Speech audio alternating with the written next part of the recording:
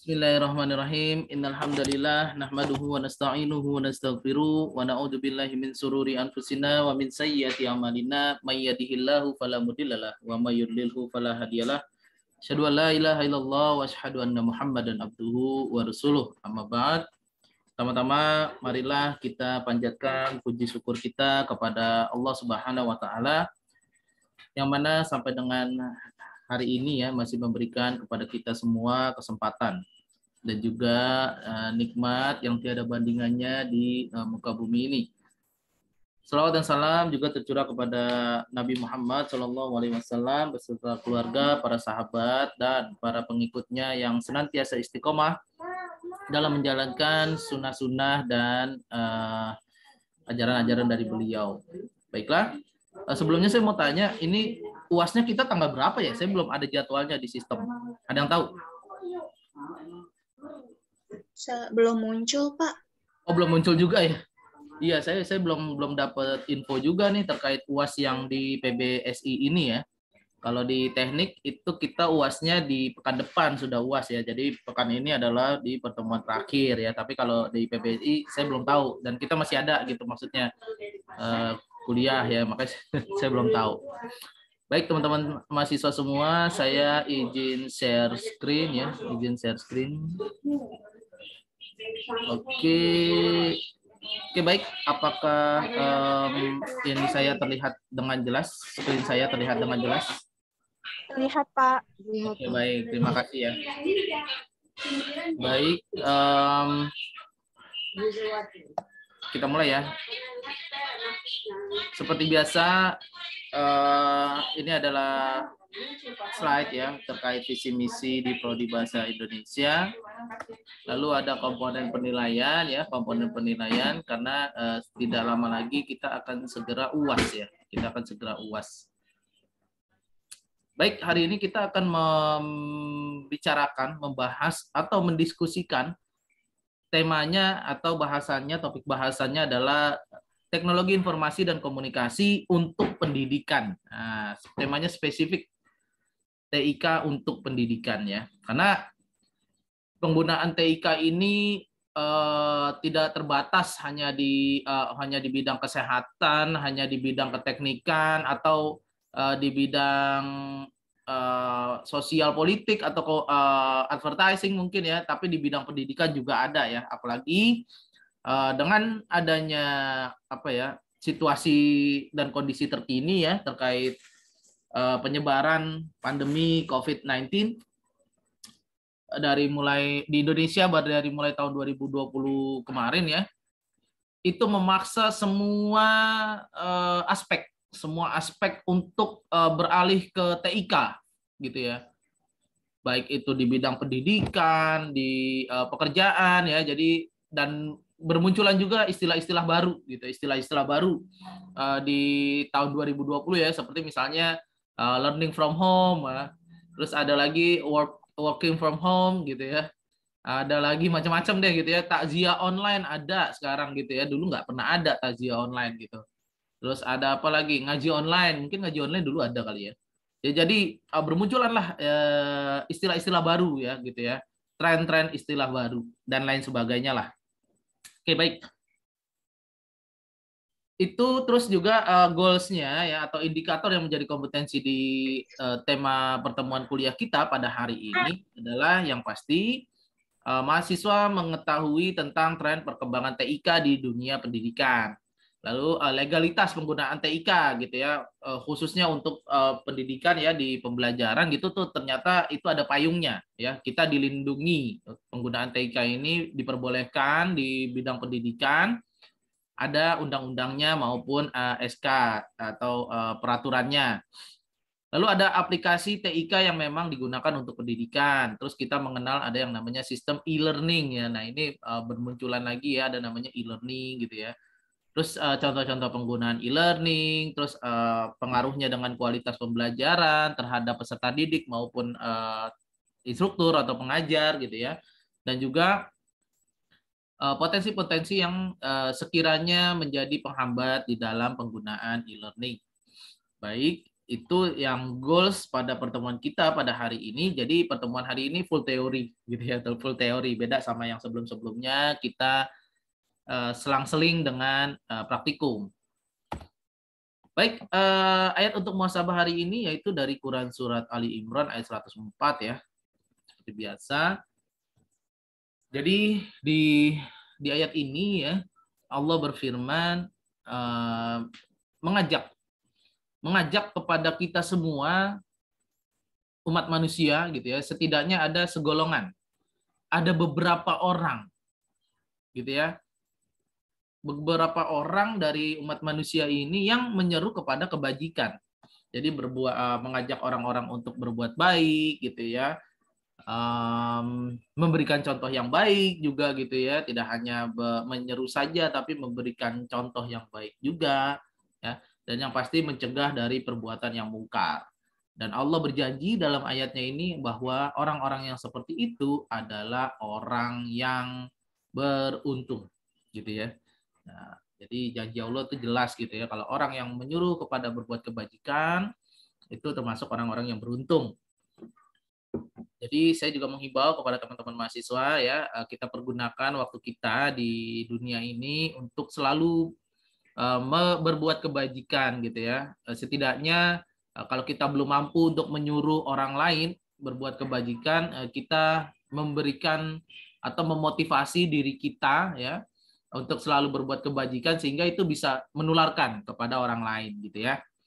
Oke, dan bisa juga nih menyuruh orang berbuat kebajikan bisa juga dengan menggunakan TIK gitu ya, TIK. Jadi ujung-ujungnya TIK lagi. Oke, baik. Itu ya untuk muhasabah hari ini. Baiklah, kita kembali ke laptop yaitu tema bahasan kita TIK untuk pendidikan. Nah, kalau kita ngomongin jauh gitu ya, sebelum kita jauh ngomongin TIK untuk pendidikan, kita mengenal dulu nih aplikasi TIK gitu ya, teknologi informasi dan komunikasi. TIK ini kalau misalnya kita taunya ternyata harus terhubung sama internet gitu ya, padahal untuk agar memastikan gitu ya, memastikan koneksi internet itu berjalan dengan lancar, itu di balik-baliknya gitu ya, di behind the screen-nya itu banyak yang dibutuhkan gitu ya. Jadi kita ada di layer ini ya, layer yang atas ini di klien gitu ya, atau user atau pengguna gitu kita. Nah, terus kita taunya internet ya, internetnya bisa menggunakan kabel atau wireless gitu ya, non kabel atau tanpa kabel, wireless istilahnya kalau bahasa Indonesia. Tapi di belakang-belakangnya tuh ada ya, jadi ada teknologi-teknologi di belakangnya ya, dan kita nggak bahas itu gitu ya, karena bahasan kita hari ini adalah TIK untuk pendidikan, tapi saya hanya mengantarkan saja. Jadi untuk memastikan penggunaan TIK untuk pendidikan ini berjalan dengan baik gitu ya, itu diperlukan yang namanya infrastruktur. Nah, infrastruktur ini macam-macam ya, ada infrastruktur untuk keperluan firewall gitu ya, pembatasnya, infrastruktur untuk keperluan data center gitu ya, infrastruktur untuk keperluan back end sistemnya gitu ya. Wah, banyak deh gitu ya. Nah, yang perlu kita kenal saja gitu ya, ada yang namanya high internet bandwidth ya. Jadi internet dengan kecepatan ya, atau bahkan kapasitas yang tinggi ya. Dan itu ada istilahnya DSL atau Digital Subscriber Line, ada WiMAX ya, yang kita kenalnya lebih kepada wireless broadband gitu ya. Dan juga ada inherent. Lalu selain bandwidth ya, ada juga yang namanya teknologi mobilenya gitu ya, karena untuk biasanya TIK untuk pendidikan ya, apalagi ke peserta didik gitu ya, peserta didik nggak selalu terhubung komputernya dengan kabel, jadi biasanya lebih ke wireless ya, wireless, dan device-nya itu, perangkat-perangkat yang digunakannya itu adalah perangkat-perangkat yang modelnya adalah mobile gitu ya, jadi perangkat bergerak gitu ya, atau istilahnya portable device ya, perangkat yang bisa dipindahkan di mana-mana gitu ya, seperti mobile phone, PDA, tablet, dan lain-lain sebagainya. Lalu selain infrastruktur ada yang namanya web apps. atau web application-nya. Nah, web application ini ada dua nih, ada yang license atau vendor base, ada yang open source atau tidak ada license gitu ya. Apalagi kalau misalnya kita sering mengenal open source gitu ya, artinya dia nggak dibatasi oleh license. Kita boleh mengembangkan menggunakannya secara gratis, bahkan kita boleh merubahnya gitu ya, tapi tetap apa ya istilahnya ya, mengkreditkannya gitu ya kepada yang sebelumnya. Nah, open source ini, vendor base ini yang pertama ya. Vendor base ini di dalam TIK untuk pendidikan aplikasinya banyak dikenal Blackboard atau WebCity. Sedangkan yang berbasis open source itu yang saat ini sedang tren ya, penggunaan TIK untuk pendidikannya adalah berbasis Moodle. Itu ya, Moodle, Sakai, Clearline, dan lain-lain. Ini sebenarnya ininya aja ya, platformnya saja gitu ya. Tapi ininya, sebentar. Sebentar ya teman-teman ya, saya nerima telepon dulu ya, sorry ya. Baik, Pak.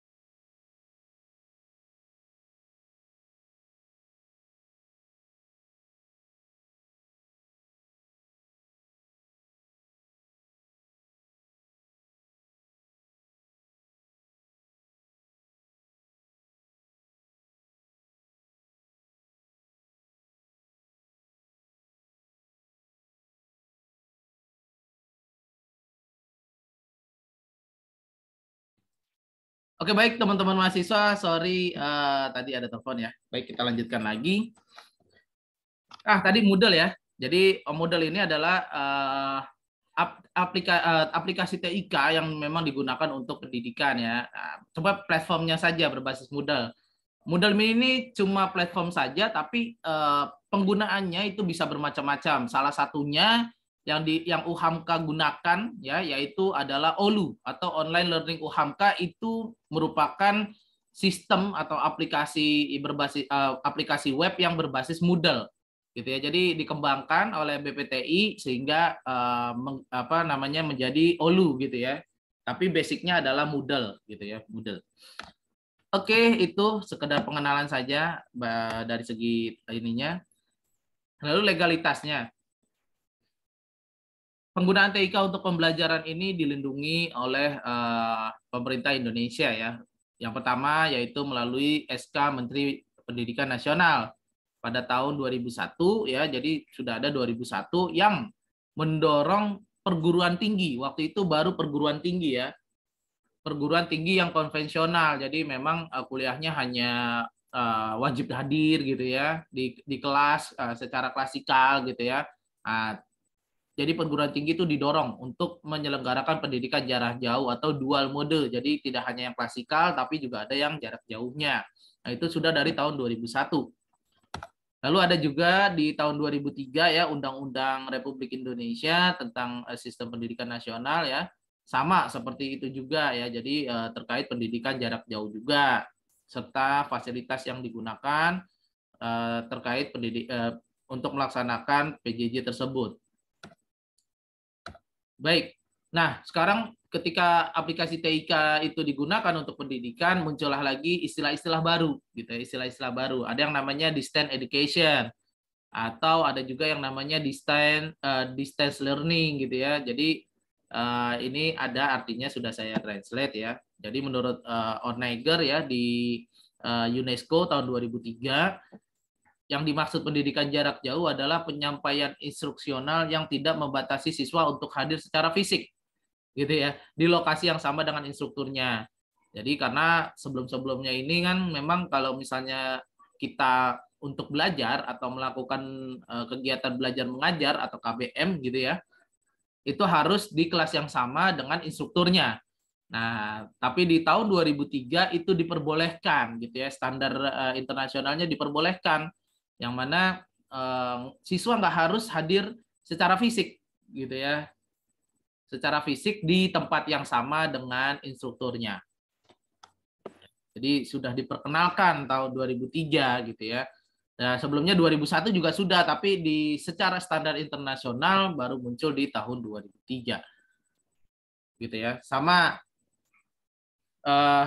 kalau menurut distance learning ini ya, jadi merupakan jenis pendidikan di mana siswa atau peserta didik itu tidak dibatasi di ruang yang sama dengan instrukturnya, bisa juga dia di rumah, di kantor, atau di tempat lainnya ya.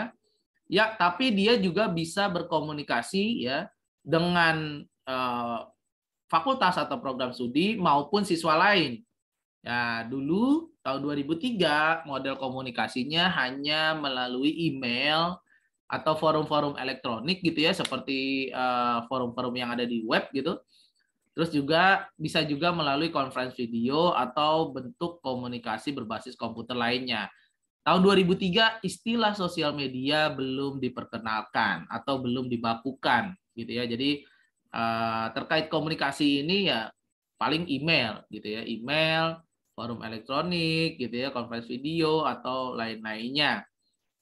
Dan juga siswa bisa di rumah atau di kantor, karena pendidikan itu tidak hanya yang reguler, tapi ada juga yang memang dia kelasnya kelas karyawan misalnya gitu ya. Jadi ada juga siswa yang memang dia pekerja juga sebagai pekerja gitu ya di kantornya. Terus ada lagi istilah CL atau collaborative learning.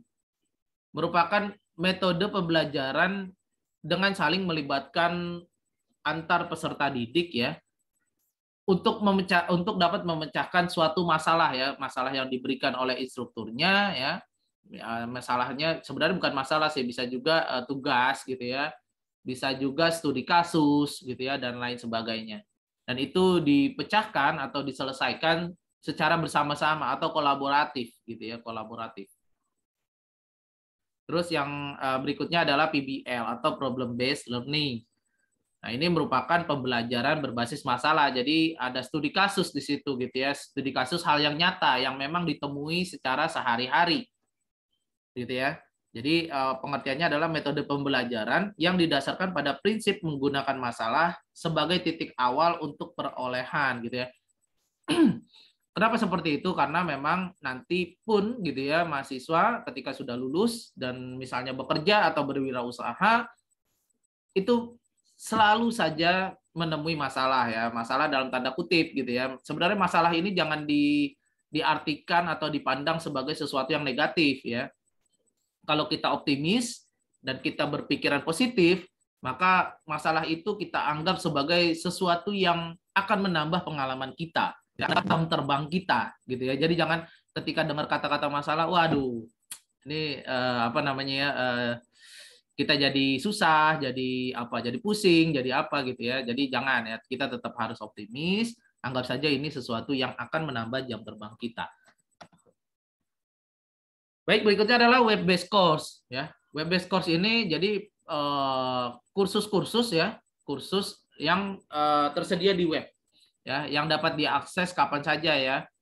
Bisa kapan saja dan di mana saja ya, dan pengaksesannya itu melalui internet dengan browser gitu ya. Seperti misalnya kursus berbasis web ini, kalau misalnya teman-teman ikut di coding gitu ya, atau apalagi ya, banyak sih ya, banyak gitu ya kursus-kursus yang berbasis web ya. Cuma saya di bidang pendidikan apa ya, banyak lah pokoknya. Terus ada e-learning ya. Nah, e-learning ini yang akan kita bahas hari ini, gitu ya. Menurut Martin Jenkins dan Hansen gitu ya di tahun 2003, e-learning adalah pembelajaran yang difasilitasi. Ya, jadi model pembelajaran ya atau kegiatan belajar mengajar yang difasilitasi atau didukung ya melalui penggunaan TIK. Gitu ya, simpelnya adalah seperti itu. Jadi model pembelajarannya itu didukung, difasilitasi oleh TIK gitu ya. Itulah yang disebut atau dinamakan dengan istilah e-learning gitu ya. Jadi tidak secara konvensional tapi melalui fasilitas TIK ya, penggunaan TIK. Nah, tadi kalau kita ngomongin model pembelajaran penggunaan TIK ya, ada matriks terkait fasilitas ini gitu ya. Fasilitas ini. Jadi bisa saja siswa ya atau peserta didik gitu ya istilahnya ya.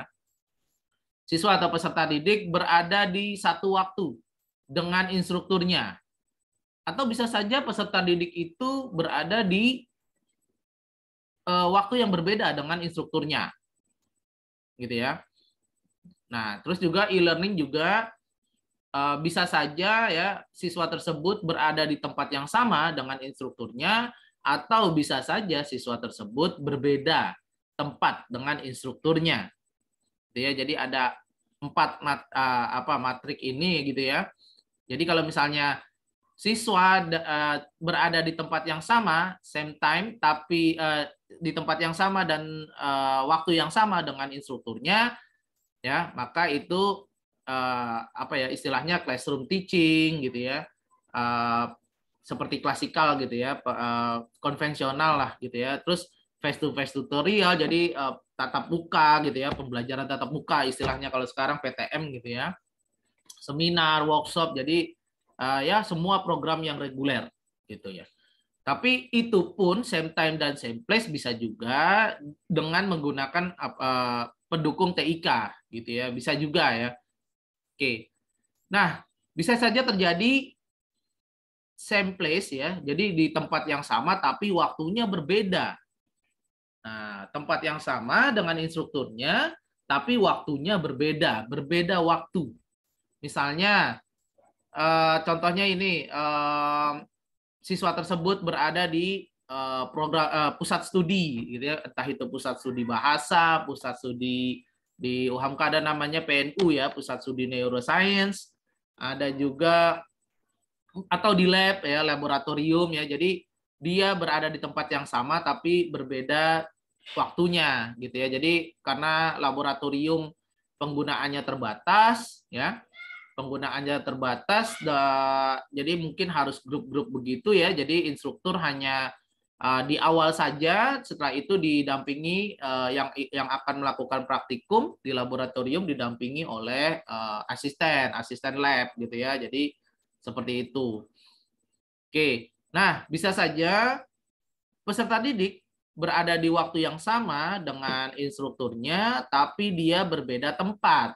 Ya, nah ini yang setelah masa pandemi COVID-19 ini marak sekali ya. Jadi seperti terkait penggunaan audio conference atau maupun video conference ya. Baik itu yang satu arah atau dua arah ya. Jadi kalau yang dua arah seperti penggunaan Zoom, Google Meet ya, kita bisa berinteraksi, saya bertanya, kalian menjawab gitu ya, ada feedback. Tapi kalau yang satu arah saja atau one way video gitu ya, itu seperti rekaman perkuliahan yang diupload di YouTube gitu ya, kalian bisa nonton lagi tapi tidak terjadi dua arah, hanya satu arah saja, kalian hanya menerima input tidak memberikan output gitu ya. Jadi seperti itu ya. Atau bisa saja ya e-learning ini digunakan ketika waktu yang berbeda dan juga tempat yang berbeda ya, seperti tadi ya mengupload video-video tutorial di YouTube atau melihat video rekaman gitu ya, karena waktunya berbeda dan tempatnya juga berbeda ya. Nah, ini semua bisa difasilitasi oleh TIK di bidang pendidikan. Oke, ini infrastrukturnya saja ya, seperti yang saya sampaikan di awal tadi. Nah, kebutuhan TIK untuk pendidikan ini juga dimaksud untuk tidak hanya memberikan pengetahuan saja, tapi juga lifelong learning atau pembelajaran seumur hidup gitu ya, supaya ilmunya melekat gitu ya. Makanya pembelajaran yang diberikan contoh-contoh kasusnya itu berbasis PBL atau problem based learning gitu ya. Bisa berupa studi kasus yang memang ditemui oleh masalah sehari-hari dan lain sebagainya. Bisa juga kebutuhan TIK untuk keperluan kompetisi gitu ya, competition. Di UHAMKA ini juga sering ya penggunaan TIK untuk competition, baik itu ke kompetisi debat ya. Yang paling fenomenal nih kompetisi pencak silat ya. Jadi pencak silatnya adu tandingnya lewat Zoom gitu ya. Belum pernah lihat kan ya. Di Tapak Suci tuh ya, saya pernah lihat gitu ya. Jadi tapi bukan pertandingan itu ya. Jadi pertandingan yang apa sih, gerakan-gerakan indah gitu, Tapak Suci saya lupa namanya. Itu untuk kepentingan competition. Terus juga untuk upskilling dan reskilling ya, jadi untuk menambah skill, kemampuan teman-teman ya, bisa berupa kursus-kursus, mengikuti kursus-kursus yang ada di web dan lain sebagainya. Atau bisa juga keperluan content creation ya, baik instrukturnya atau pengajarnya maupun peserta didiknya atau muridnya gitu ya. Jadi banyak juga ya dosen, guru atau pengajar ya yang memang mereka mengupload video-video tutorial ke kanal-kanal YouTube ya atau kanal-kanal lainnya, sehingga itu bisa diakses oleh peserta didik. Sebaliknya juga bisa ya. Jadi ada peserta didik yang memang mengupload jawaban-jawaban tugas misalnya, atau mereka memang mengupload video tutorial yang mereka bikin sendiri ya untuk keperluan profil mereka ya maupun tugas mereka dan lain sebagainya. Yang pasti semua kebutuhan TIK untuk pendidikan ini harusnya dengan slogan anywhere dan anytime learning ya. Jadi belajar di mana saja dan juga kapan saja gitu ya. Baik. Nah, terus kita masuk ke dalam sistem e-learning-nya. Sistem e-learning ini tadi sudah dijelaskan di awal ya, ada matriks 4 matriks sistem e-learning tadi ya. Yang pasti pelajar ya atau peserta didik itu dapat mengakses materi ajar tanpa dibatasi waktu dan juga tanpa dibatasi ruang dan tempat. Jadi belum disebut e-learning kalau misalnya belum ada materinya gitu ya, karena peserta didik tidak bisa mendapatkan materi dari pengajar misalnya ya berarti dia belum disebut e-learning gitu ya.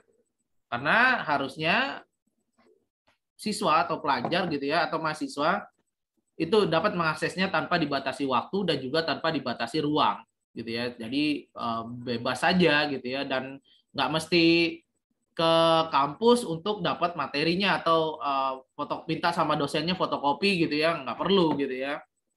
Jadi bisa didapatkan dengan cara di-download mungkin ya. Lalu dukungan komunikasinya. Dukungan komunikasinya bisa sinkronus atau asinkronus dan juga dapat direkam. Sinkronus itu bisa saja satu arah saja gitu ya, one way gitu ya, one way. Jadi seperti misalnya dosen upload tadi ya, upload materi di YouTube gitu ya, tapi siswa tidak bisa memberikan reaksi, merespon gitu ya, karena itu hanya rekaman saja.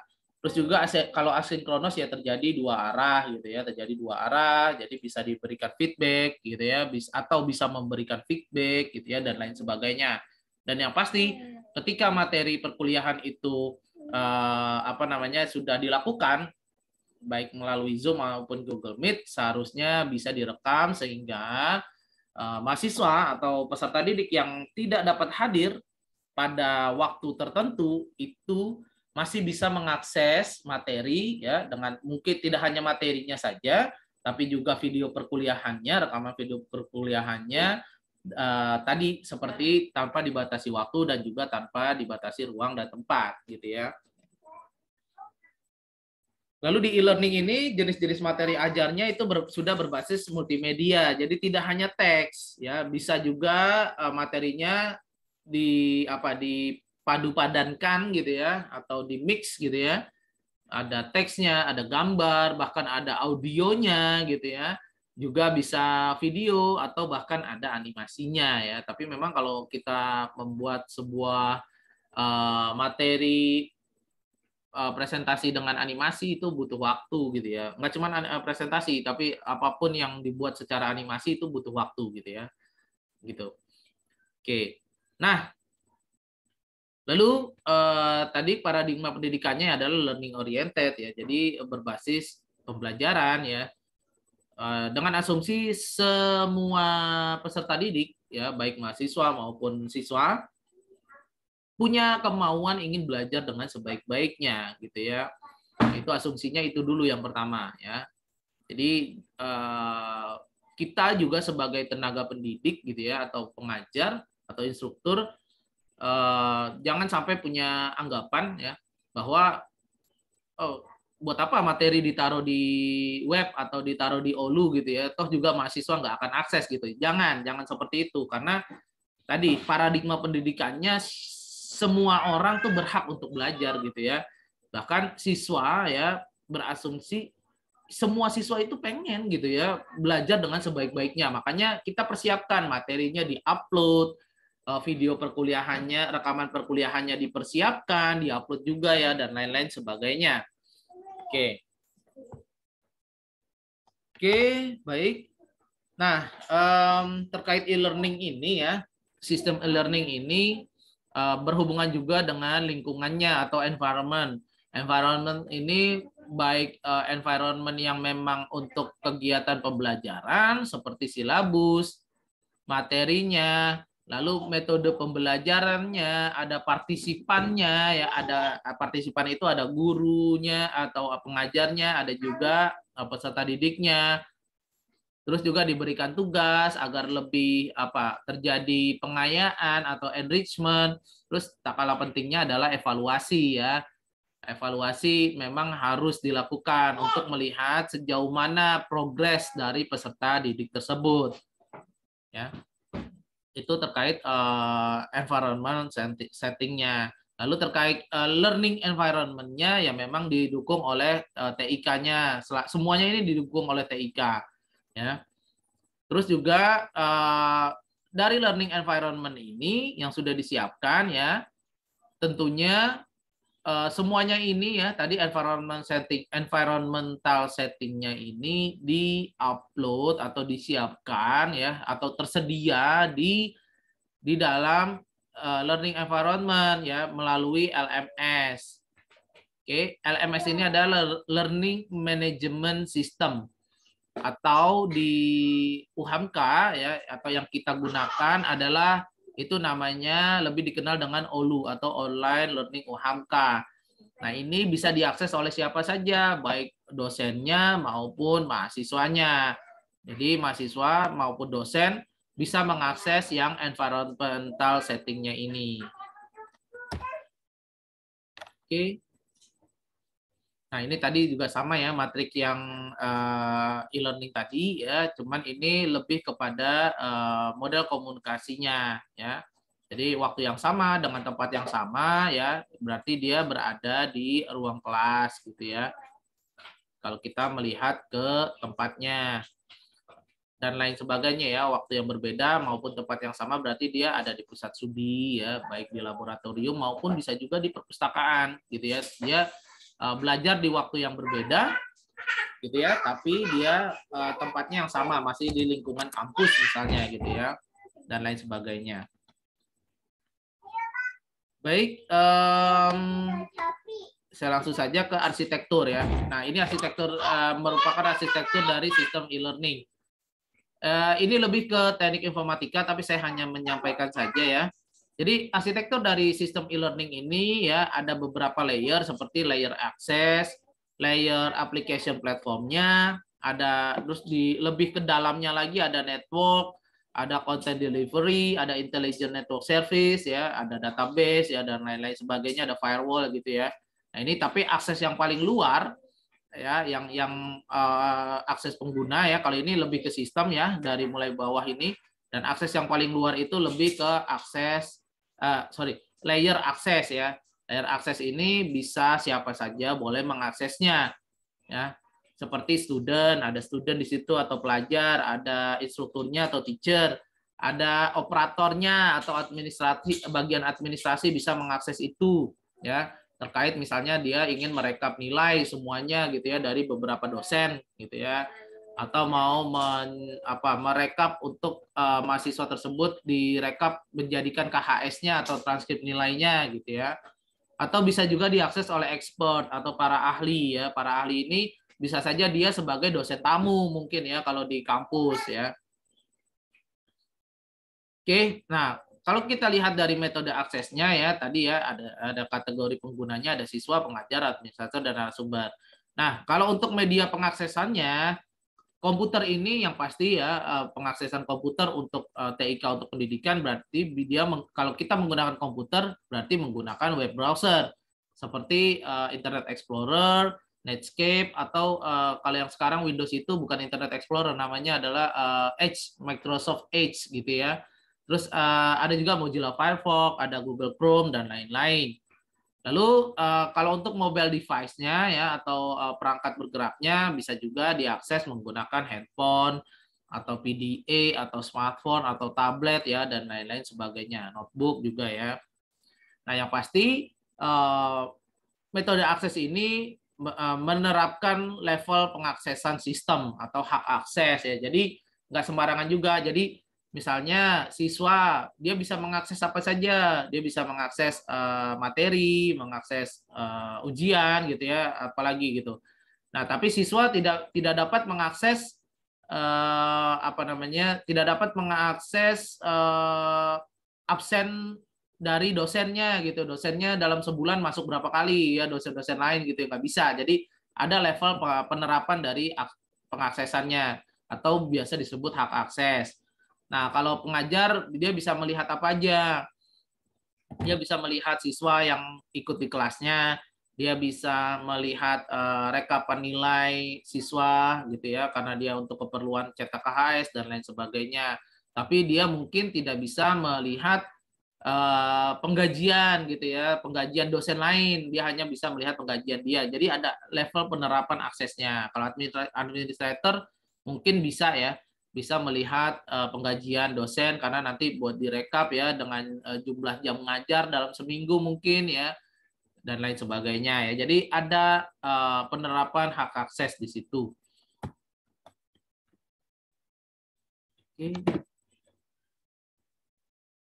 Oke, infrastruktur jaringan TI ya, tadi level paling bawahnya ya, tadi jadi banyak ya, yang pasti dia mendukung terhadap pengiriman data ya, pengiriman data apa saja, baik data audio, data teks, data gambar, data video, dan data-data lainnya. Karena nih ya, saya highlight, kekuatan e-learning ini terletak pada konten ya. Dan karena e-learning dia bisa saja terdiri dari berbagai macam format, bisa dia format teks, Word, Excel, PowerPoint, ya, PDF, ya, MP4 dan lain sebagainya, banyak gitu formatnya, dia bisa mendukung. Gitu ya. Jadi semakin banyak mendukung formatnya, maka e-learningnya semakin fleksibel gitu ya. Jadi nggak tertutup kemungkinan harus PDF gitu ya atau apa gitu ya di e-learning tersebut ya. Jadi bisa bermacam-macam. Bahkan bisa juga e-learning tersebut diberikan URL link yang memang dia merujuk ke URL tertentu gitu ya. Jadi seperti link YouTube gitu ya. Sehingga itu bisa ketika diklik di OLU atau di LMS tersebut itu bisa tersambung ke link YouTube siapa gitu ya. Oke. Nah, untuk aplikasi ya, aplikasi ini terdapat 4 komponen ya, yaitu layanan bisnis operasi atau BOS ya. BOS bahasa Inggrisnya adalah Business Operational Services. Lalu ada LMS atau Learning Management System. Lalu ada LCMS atau Learning Content Management System ya, beda sama LMS ya. Ini lebih ke konten atau materi pembelajarannya. Lalu ada DMS atau Delivery Management System. Nah, untuk yang BOS atau Business Operation Services merupakan komponen aplikasi yang mendukung semua kegiatan operasional dari e-learning. Nah, seperti security-nya gitu ya. Jadi dia yang mendukung kegiatan operasional dari e-learning, ada security-nya atau keamanannya. Ya, dia menjamin semua keamanan sistem. Jadi sistem yang digunakan aman. Seperti misalnya Anda pada saat UTS atau UAS ya, Anda mensubmit jawaban gitu ya.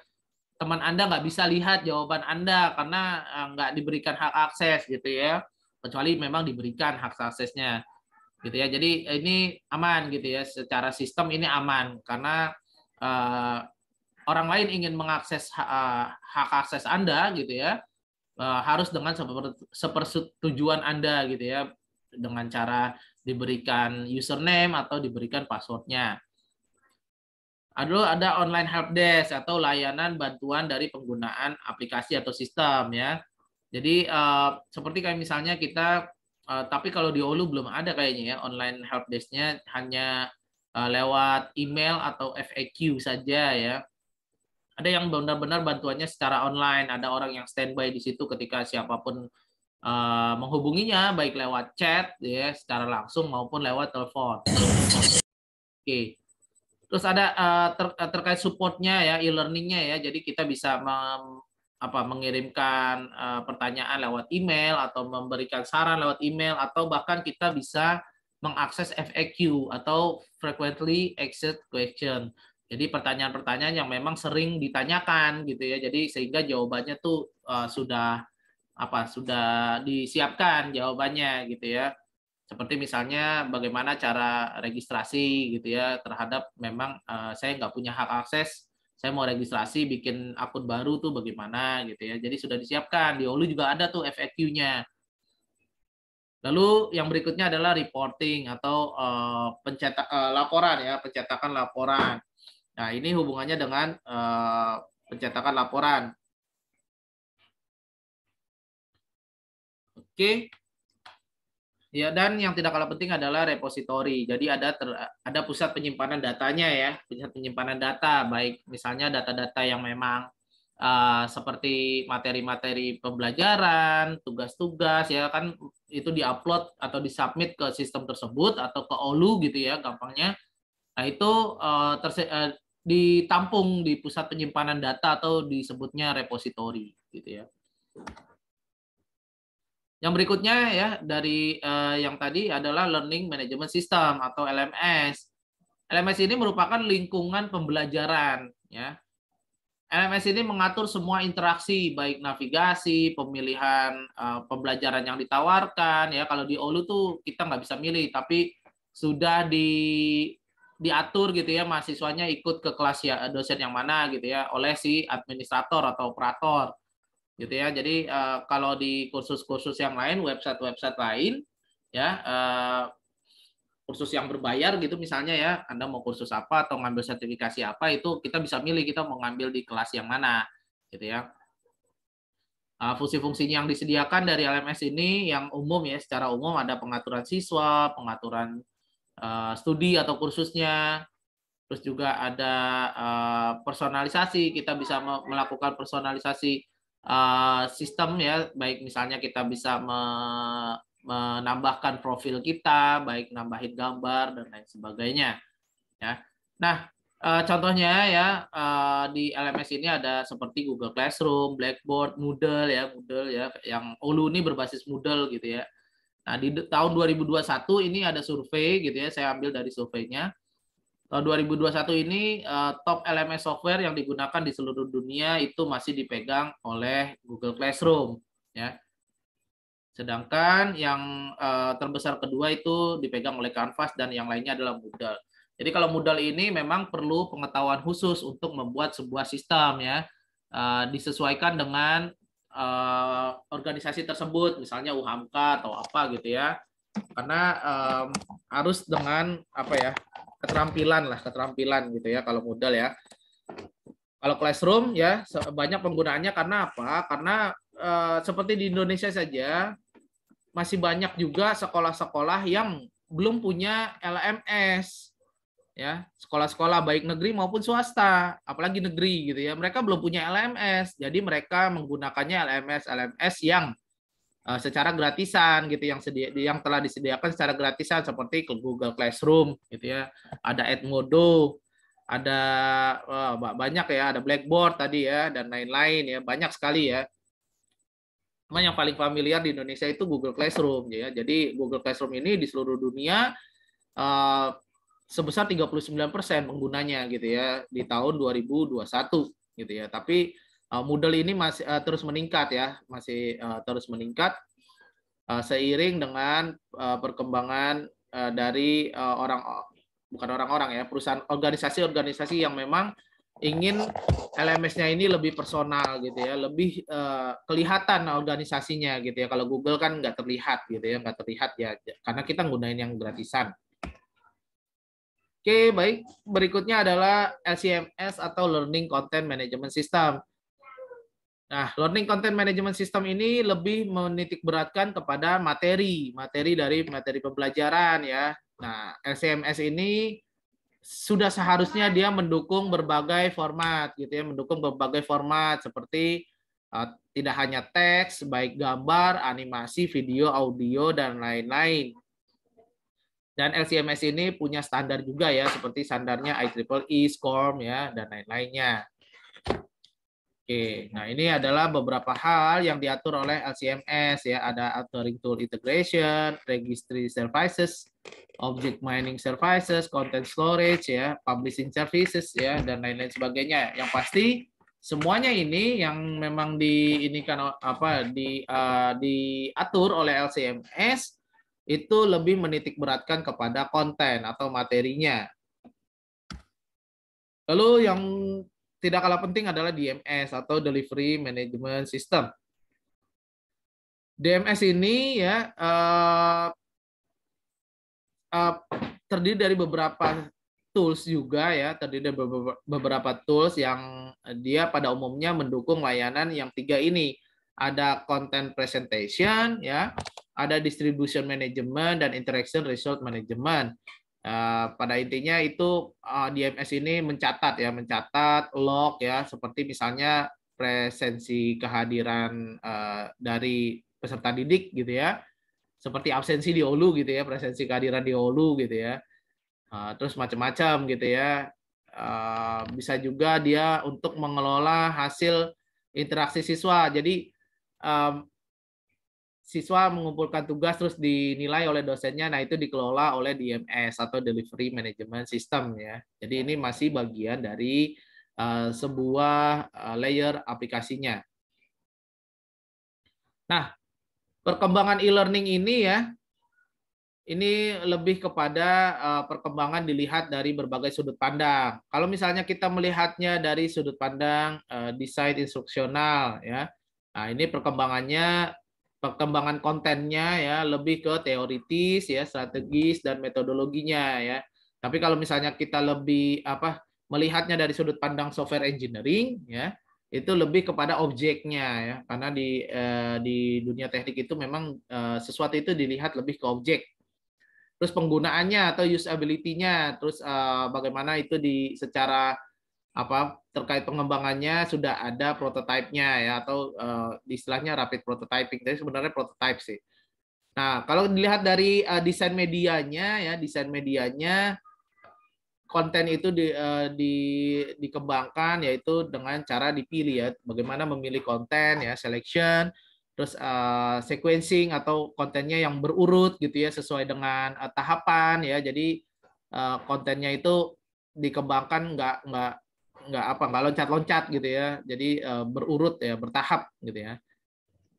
Dan juga tidak kalah pentingnya adalah dari pengembangan sebuah konten ini ketika dilihat dari sisi ekonomik, maka harus memperhatikan bisnis goal-nya apakah sama dengan visi misi dari organisasi tersebut. Terus terkait schedule-nya apakah bisa diselesaikan tepat waktu ya, karena hubungannya dengan waktu ya, dan juga ujung-ujungnya tidak kalah penting adalah biaya, karena kalau lewat dari waktunya sudah pasti biayanya akan bertambah ya, cost ya, ujung-ujungnya adalah cost. Content leveling ini ada 3 ya. Kalau dia di level 1 berarti materi pada e-learning itu sama dengan pembelajaran konvensional. Jadi peserta didik mendapatkan materi yang sama dengan yang dipresentasikan oleh dosen tapi dia hanya dalam bentuk presentasi saja, filenya berupa PowerPoint gitu ya. Kalau dia sudah di level 2, berarti materinya berbasis multimedia. Kalau kita ngomongin multimedia, berarti nggak hanya gambar ya, tapi juga ada audionya, ya, ada suaranya, ada videonya, ya, dan bisa saja ada animasinya gitu ya. Dan juga itu bisa saja bersifat interaktif. Nah, kalau konten levelingnya ini sudah level 3, berarti dia berbasis bahan pengayaan atau enrichment ya. Jadi bisa saja disertai dengan studi-studi kasus atau latihan-latihan soal yang memang sering ditemui dalam kegiatan sehari-hari gitu ya. Atau bisa saja ini ada bank soalnya. Ya, bank soal itu seperti semua misalnya UTS ya, UTS bank soal UTS. Jadi semua UTS dari 10 semester yang lalu dikumpulin jadi satu materi, bukan jadi satu materi, jadi satu file gitu misalnya, dan itu bisa diakses oleh siswa gitu ya. Itu bisa dibilang itu bank soal. Oke, ini adalah mekanisme pengembangan dari sebuah konten ya. Jadi mulai dari perencanaan, terus setelah direncanakan dibuat SAP-nya atau satuan acara perkuliahannya atau RPS-nya ya, rencana pembelajaran sistem. Terus ada perancangan dan pembuatan materi ya. Terus juga ada uji coba sistem dan kontennya dan evaluasi. Terkait mekanisme pengembangan dari pembuatan atau pengembangan media pembelajaran mungkin nanti akan dijelaskan lebih lanjut oleh mata kuliah ya, ada mata kuliah khususnya ya, kurikulum ya. Biasanya di pendidikan itu ada mata kuliah khususnya kurikulum. Nah, ini kalian belajar seperti ini nantinya. Nah, terkait ini prinsip pembuatan materi belajar berbasis TIK. Nah, ini yang apa namanya? Yang menjadi tugas di pekan ini ya. Jadi oh iya, tugasnya belum saya share ya. Perasaan sudah saya share. Bentar. Tugasnya belum di-share ya. Oke, biar teman-teman bisa akses ya. Saya baru ingat. Sorry. Oke, TIK 1B ya.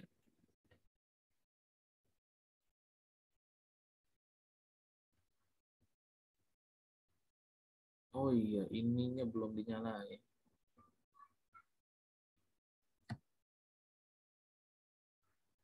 Oh iya, ini dia. Oke.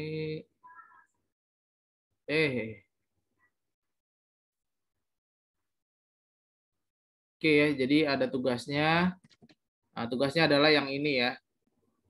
Yang di sini ya. Jadi teman-teman, ini ada prinsip-prinsip pembuatan materi belajar berbasis TIK ya. Ada multimedia, ada spatial contiguity, ada temporal contiguity, ada coherence, modality, sama redundance.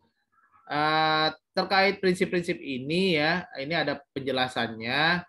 Nanti tugasnya adalah apakah misalnya materi belajar yang berbasis multimedia, di sini definisinya adalah mahasiswa belajar lebih baik dari kata-kata dan gambar daripada hanya kata-kata saja gitu ya. Nah, itu apakah teman-teman setuju dengan pembuatan materi belajar berbasis multimedia gitu ya. Nanti berikan tanggapan gitu ya. Nah, ini terus prinsip yang lainnya juga ya, diberikan tanggapannya juga ya. Ini tugasnya adalah itu, tanggapannya boleh dituliskan ya. Kalau misalnya teman-teman nggak pede langsung menjawab, boleh saja dituliskan di PowerPoint, tapi yang pasti kalau misalnya pede boleh langsung dijawab gitu ya, langsung dijawab. Saya hanya menerima link YouTube-nya saja yang disubmit ke Olu gitu ya, seperti biasa. Oke. Oke, nanti silakan dilihat instruksi dari tugas pekan ini ya. Baik, nah sekarang kita masuk ke faktor penghambat dan kendala penggunaan TIK untuk pendidikan. Yang pasti kualitas pembelajaran e-learning ini dilihat dari kualitas input, kualitas proses, sama luarannya. Untuk kualitas input ya berpengaruh kepada kualitas karena ketersediaan infrastruktur. Itu sudah pasti. Ya, jadi infrastrukturnya harus tersedia gitu ya. Karena kita ngomongin e-learning tapi nggak ada infrastrukturnya, yang nggak berkualitas juga gitu ya inputannya. Jadi kita ngomongin e-learning, sudah punya materinya, sudah punya tugas-tugasnya, udah siap nih, siap ke share ke siswa, tapi nggak ada infrastrukturnya, nggak ada jaringan internetnya, nggak ada LMS-nya gitu ya, atau dia mungkin sudah ada jaringan internet tapi LMS-nya juga sudah ada, tapi nggak aman. Artinya bisa saja tugas-tugas kita bisa diambil oleh orang lain gitu, atau orang yang tidak bertanggung jawab, nggak aman ya, nggak bagus juga gitu. Jadi ketersediaan infrastruktur ini menjadi modal yang paling utama. Lalu ketersediaan tutor atau pengajar ya, pengajarnya. Terkadang ya ada beberapa pengajar yang memang dia bisa menggunakan TIK gitu ya. Tapi ada juga beberapa pengajar yang dia nggak bisa gitu menggunakan TIK. Nah itu balik lagi ke ketersediaan dari pengajarnya juga ya. Jangan sampai udah disiapkan infrastrukturnya ya, tapi pengajarnya nggak bisa gitu ya, nggak bisa menggunakan TIK ini ya, sama saja dengan konvensional kalau seperti itu. Lalu untuk kualitas prosesnya ini berpengaruh terhadap interaksi dosen dan si mahasiswa ya. Jadi tetap ini mempengaruhi dalam sebuah proses ya, yaitu interaksi. Bagaimana interaksi bisa terjadi antara si dosen dengan si mahasiswa. Ya, apalagi kalau misalnya kita menggunakan video conference seperti ini memungkinkan, sangat memungkinkan untuk terjadi interaksi tersebut. Format pembelajarannya, jadi jangan sampai ya format pembelajarannya tidak mendukung kualitas e-learning. Ya, format pembelajarannya hanya di kelas saja gitu ya, tidak ada online gitu ya, terus tidak ada diskusi via aplikasi TIK misalnya ya, dan lain-lain sebagainya. Terus kembali lagi ke budaya belajarnya ya, tadi ya, karena dengan asumsi ini semua mahasiswa nih ingin belajar dengan sebaik-baiknya. Jadi harus apa namanya ya, ketika itu semua sudah tersedia, maka harus dimanfaatkan sebaik mungkin. Dan yang terakhir adalah konten atau isi dari materinya dan juga goals dari pembelajarannya. Terkadang ada beberapa dosen yang dia materinya langsung gitu ya, nggak menjelaskan tujuan pembelajaran hari ini nih mausnya seperti apa sih gitu ya, ingin mengharapkan seperti apa gitu. Jadi dijelaskan juga tujuan dari pembelajarannya. Lalu berpengaruh terhadap keluaran ya, kualitas keluarannya dari pembelajaran e-learning, yaitu nantinya adalah munculnya sebuah kompetensi. Kompetensi yang dimaksud adalah ya siswa-siswa tersebut atau mahasiswa tersebut kompeten di bidangnya gitu ya. Nah, ini yang terlihat kualitas pembelajaran dari e-learning, dan juga profesionalisme. Profesionalisme di bidang apa saja gitu ya, macam-macam ya. Baik di bidang disiplin ya, dan lain-lain lah, banyak lah gitu ya.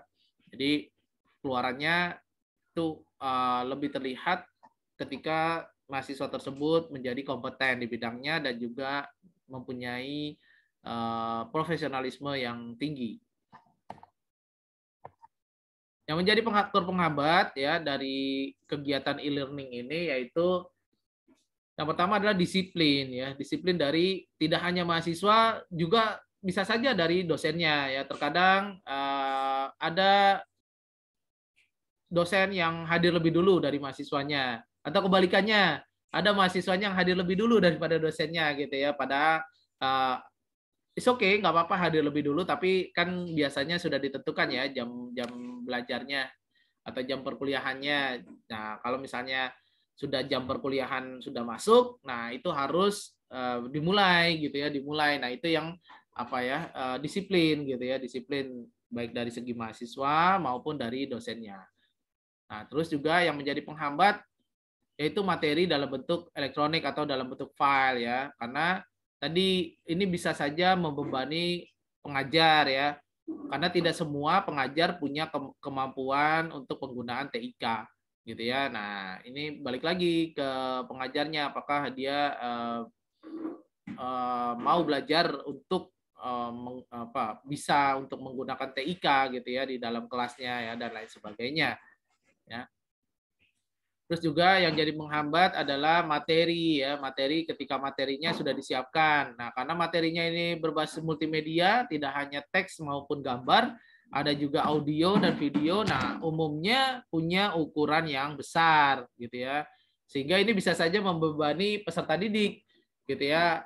Khususnya peserta didik yang akses internetnya kurang memadai ya, baik dari segi kuota maupun segi jaringannya.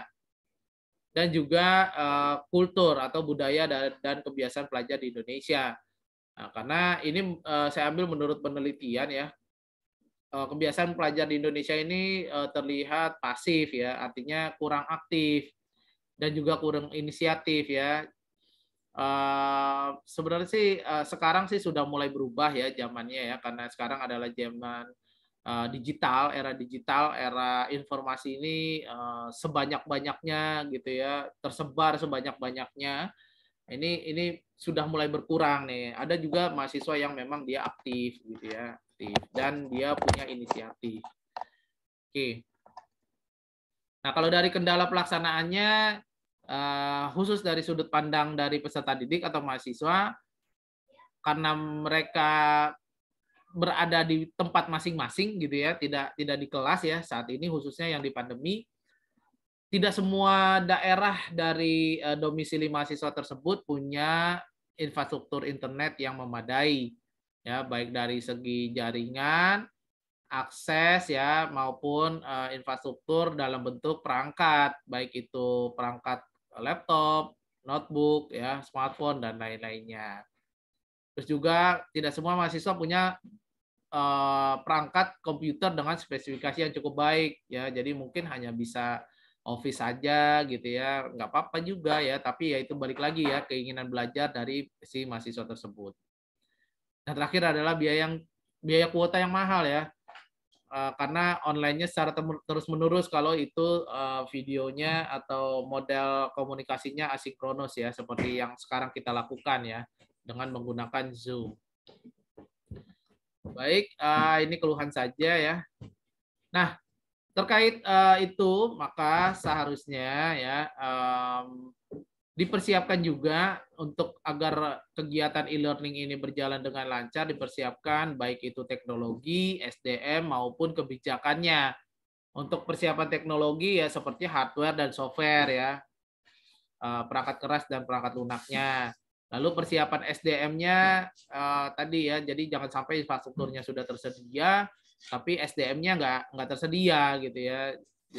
SDM-nya juga dipersiapkan dan juga kebijakannya, karena jangan sampai kebijakannya ini berbeda antara fakultas yang satu dengan fakultas lainnya, seperti misalnya penggunaan OLU misalnya.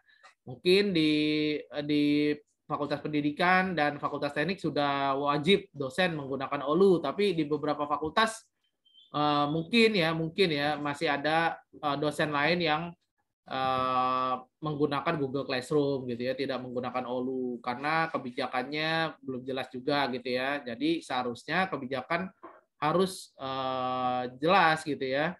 Kalau memang OLU sudah dibuat dan itu harusnya sudah dipergunakan dengan sebaik-baiknya oleh dosen dan seluruh mahasiswa yang ada di UHAMKA.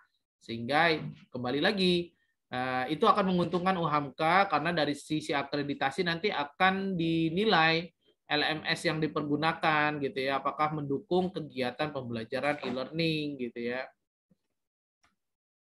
Baik, mungkin itu yang dapat saya sampaikan di pertemuan hari ini terkait penggunaan TIK di bidang pendidikan ya dan juga e-learning gitu ya.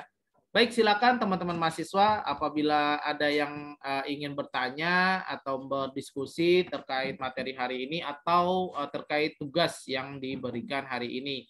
Untuk materi dan tugas sudah saya sediakan di OLU ya. Silakan Anda download untuk dapat Anda pahami ya, dan tugasnya untuk dapat dikerjakan. Baik, ada yang mau bertanya silakan teman-teman mahasiswa.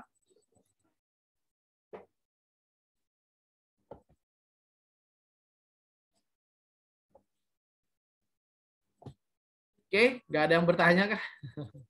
Oke, baik.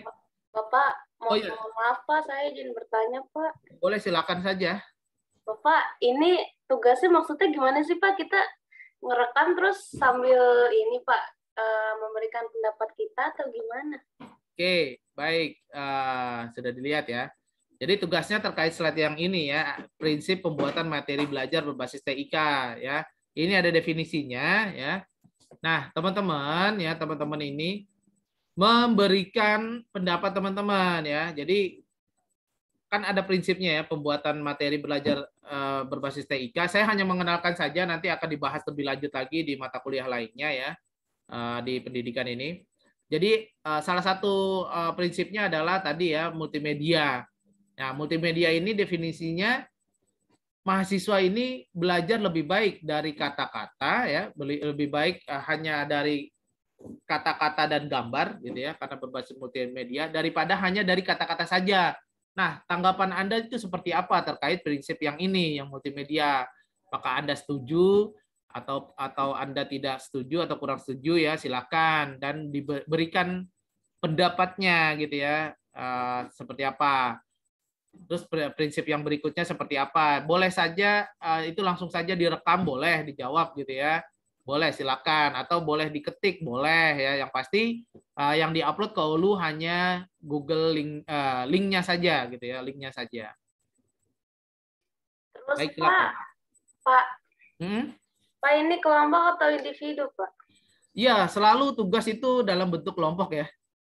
Selalu dalam bentuk kelompok. Ya, salah satu saja boleh yang memberikan pendapat, boleh ya, salah satu saja. Maksudnya salah satu anggota timnya saja boleh ya, nggak mesti dua-duanya boleh. Tapi sebaiknya nanti dua-duanya atau semua anggota tim mengupload, bukan mengupload, mensubmit Google link lagi, sorry, mensubmit link YouTube di Olu gitu ya, mensubmit link YouTube-nya di Olu gitu ya, semua anggota tim ya. Jadi jangan mengandalkan salah satu saja ya. Jadi Anda apa nih namanya, merespon ya, apakah ini seperti menurut Anda atau yang Anda rasakan, apakah terkait prinsip special contiguity ini, apakah Anda setuju atau tidak gitu ya, mungkin ditambahkan alasannya seperti apa gitu ya, dan lain-lainnya. Baik, silakan, ada lagi? Bapak berarti kan misalnya itu kan 2 orang nih Pak.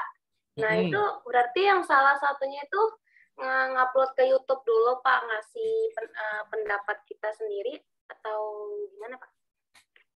Ya ini tugas kelompok ya, tugas kelompok. Bisa saja ya ini dibagi setengah-setengah dengan anggota timnya ya. Jadi Anda menjawab 3 ya, menjawab 3 yang atas, yang temennya menjawab 3 yang bawah gitu ya. Nah nanti kan rekamannya bisa digabungkan dan diupload ke link YouTube gitu ya.